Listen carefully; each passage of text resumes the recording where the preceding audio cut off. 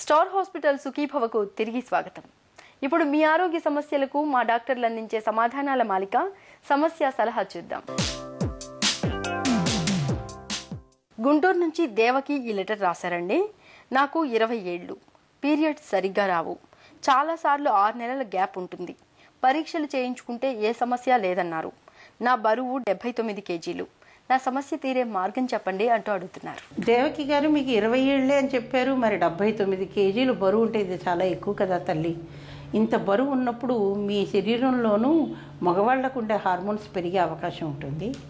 ఈ హార్మోన్స్ పెరిగినప్పుడు మీ అండాశయంలోని అండాలు దెబ్బతినే పరిస్థితి ఉంటుంది.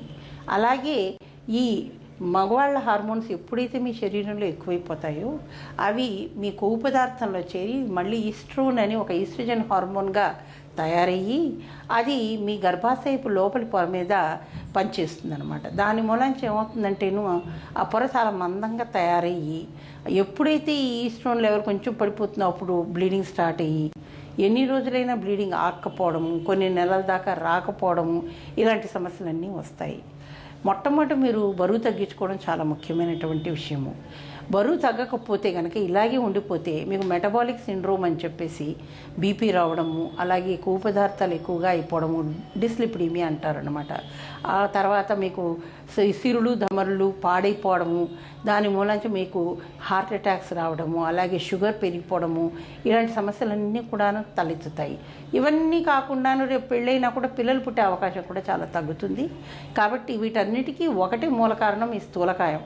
కాబట్టి ఈ స్థూలకాయాన్ని తగ్గించే దీన్ని మీరు ప్రయత్నించాలి. ఈ స్థూలకాయం తగ్గించుకోవడానికి మీరు సమతుల ఆహారం తీసుకోవాలి, సరైనటువంటి వ్యాయామం కూడా చేయాలి. కర్నూలు నుంచి పద్మావతి ఇలా మెయిల్ చేశారండి. నా వయసు 35 సంవత్సరాలు. రెండో కాన్పు జరిగినప్పటి నుంచి నాకు ఎడమ చెవిలో నొప్పి మొదలైంది. పెద్ద శబ్దాలను భరించలేకపోతున్నాను. ఆడియోగ్రామ్ టెస్ట్ కూడా చేయించాను. సమస్య ఏమీ లేదన్నారు. కానీ కొంతకాలం తర్వాత చెవిలో స్పర్శ తగ్గింది. మందులు వాడితే స్పర్శ పెరిగింది, కానీ నొప్పి మాత్రం తగ్గలేదు. నా సమస్యకు తగిన పరిష్కారం చెప్పండి అంటూ రాశారు. పద్మావతి గారు, మీరు ఒకసారి ఇంపిడెన్స్ ఆడియోమెట్రీ చేయించుకోండి. ఇంపిడెన్స్ ఆడియోమెట్రీలో మీకు ఒకవేళ హైపర్ మొబైల్ ఇయర్ డ్రమ్ కానీ ఆస్కిల్స్ కానీ ఉన్నాయి అనుకుంటే మీకు ఇది ఎక్కువ ఇబ్బంది అనిపిస్తుంటేనే ఆపరేషన్కి వెళ్ళి దాని మొబిలిటీని తగ్గించుకోండి. ఒకవేళ లేదండి అది ఎప్పుడన్నా సౌండ్కి ఎక్కువ సౌండ్కి ఎక్స్పోజ్ అయినప్పుడు ఇబ్బంది ఉందనిపిస్తుంటే వీలైనంతోటికి ఆ సౌండ్కి ఎక్స్పోజ్ కాకుండా చూసుకోండి. మీ చెవిని బట్టి ఇయర్ ప్లగ్స్ చేయించుకోండి. ఆ ఇయర్ ప్లగ్స్ ఎప్పుడన్నా మీరు సడన్గా లౌడ్ సౌండ్కి ఎక్స్పోజ్ అవ్వాల్సిన పరిస్థితి వచ్చినప్పుడు అవి పెట్టుకోండి. ఆ లౌడ్ సౌండ్ పోయి మీ చెవికి డిస్కంఫర్ట్ కాకుండా చేస్తారనమాట. సో మీకున్న ఇబ్బందిని బట్టి సర్జరీ చేయించుకోవాలన్నా, ప్రాబ్లంని బట్టి సర్జరీ చేయించుకోవాలన్నా, ప్రికాషన్ తీసుకోవాలనేది మీరు డిసైడ్ చేసుకోవచ్చు. ఇక ఈ రోజు కార్యక్రమాన్ని ముగించే ముందు స్టార్ హాస్పిటల్ సమర్పించు ఓ చిన్ని చిట్కా మీకోసం. చలికాలంలో పెదవులు చిట్లకుండా ఉండేందుకు నిత్యం పెదవులపైన వ్యాజ్లిన్ లేదా వెన్నపూసతో మృదువుగా మర్దన చేస్తూ ఉండండి. పెదవులు చిట్లకుండా మృదువుగా తాజాగా ఉంటాయి. మీ ఆరోగ్య సమస్యల్ని ఈరోజే మాకు రాసి పంపిస్తారు కదా.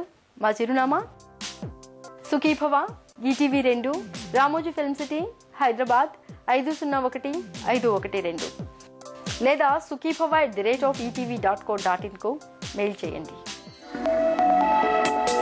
మీ ఆరోగ్య సంజీవిని సుఖీభవ కార్యక్రమాన్ని ఇప్పుడు www.youtube.com/etv2india లింక్ ద్వారా వీక్షించండి.